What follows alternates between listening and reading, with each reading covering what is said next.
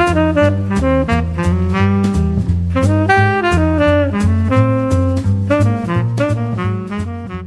everyone, welcome to A Player's Guide to Music Theory. I'm Mark Dejong. Today we continue our exploration of bass lines for horn players. In part 1, we ended up doing a chromatic approach from a half step below to triads through the 12-bar blues in B flat. I hope you had a chance to practice that and to try it without using any visual aids. Our long-term goal through this approach is to develop your sense of pulse, of tone, awareness of chord structure, and song forms. Another great benefit is that it will really help your ability to improvise over the blues.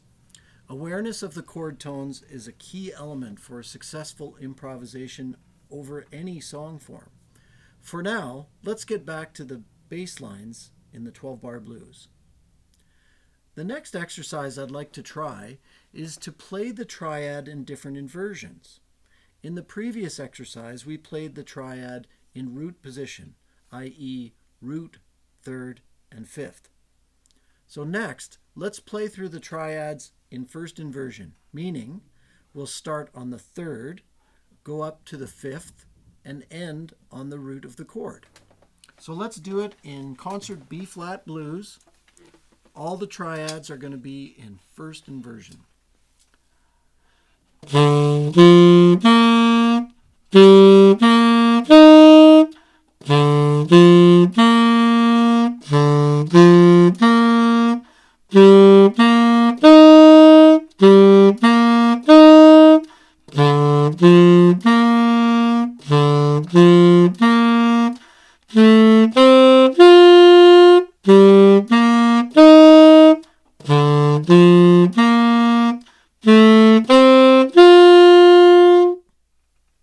Next, let's play through the triads in second inversion.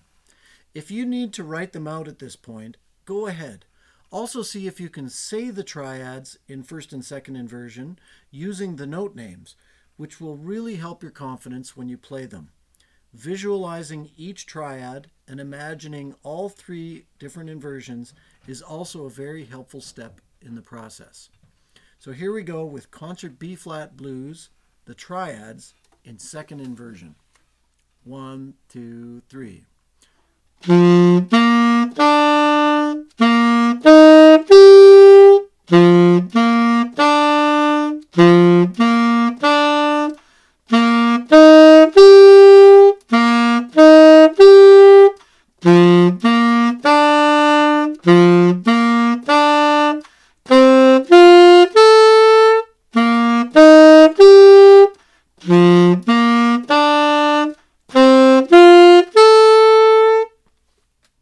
Before we leave the triad, let's try a chromatic approach to the first inversion triad.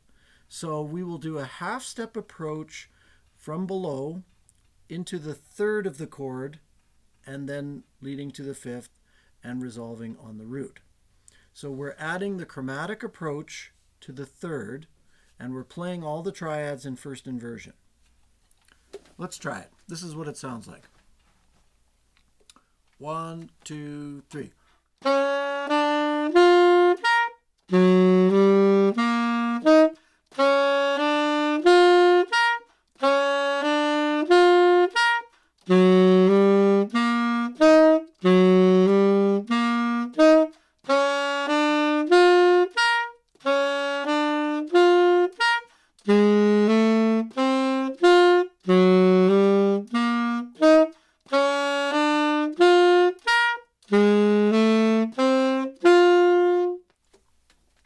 Next, write a sequence using the numbers 1, 3, and 5, but mix up the order.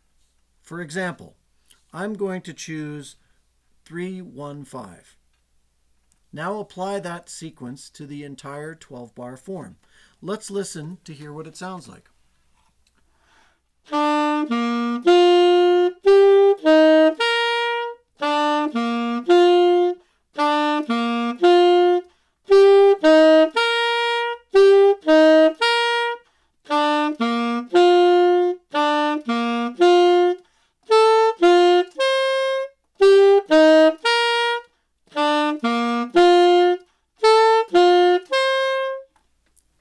to get through the whole 12-bar blues without getting lost? If you had any trouble keeping the order of the notes straight, try writing it out on some manuscript first. Then try saying the note names in the order of 3, 1, 5. After you've written it out and practiced saying the note names, then try and play all the way through the 12-bar blues. What you're doing here is not something people usually master in their first attempt, so be patient. Next, we're going to add one note to the triad, which will create something called a dominant seventh chord. For example, on concert B flat 7, the 1 chord, we start with the B flat major triad, and then we add A flat, which is the flat 7. On the 4 chord, or E flat 7, we start with E flat major triad, and then add D flat, which is also the flat 7. And on the 5 chord, we start with F major triad, and then add E flat, which is the flat 7. Okay, are you ready to try the 7th chords in concert B flat? Stay with quarter notes throughout, and let's do it. B flat blues, playing the 7th chords. 1, 2, 3.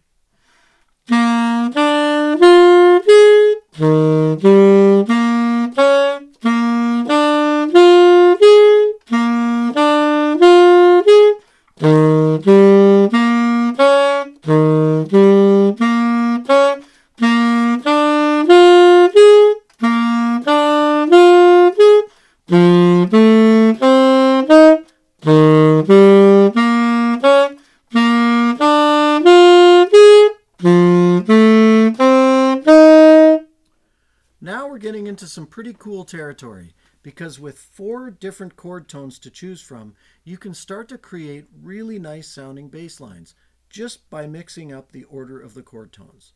Let's try it.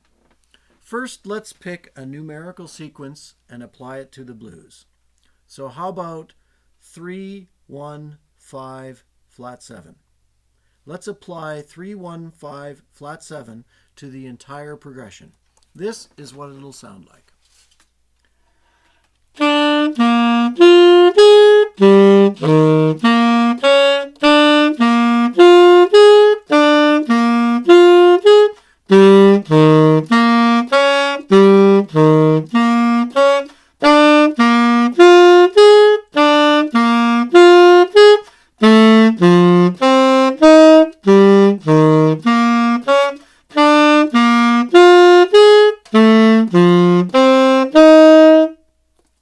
Write out different sequences and apply them to the entire blues.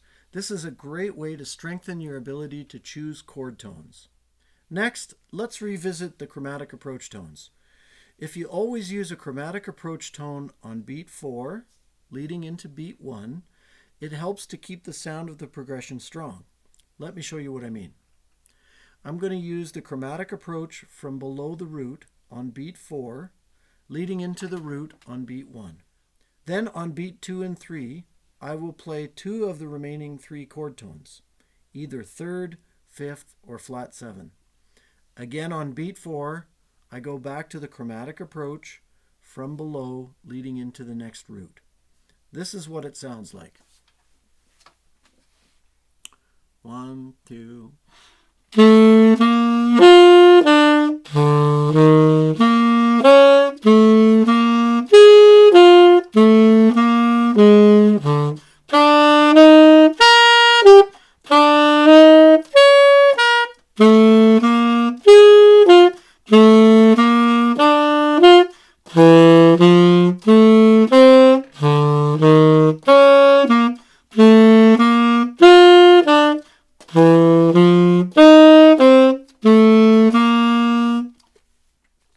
What if I change the approach to be the chromatic approach from above the root instead of below the root? This is what it would sound like.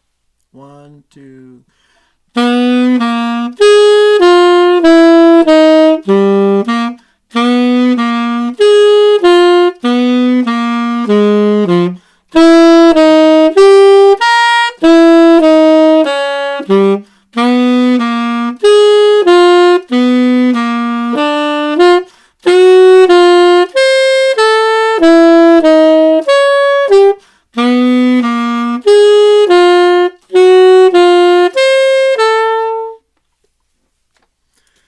By now, you will probably start to notice that you are building your foundation when it comes to chord tones, chord structure, and the form of the blues.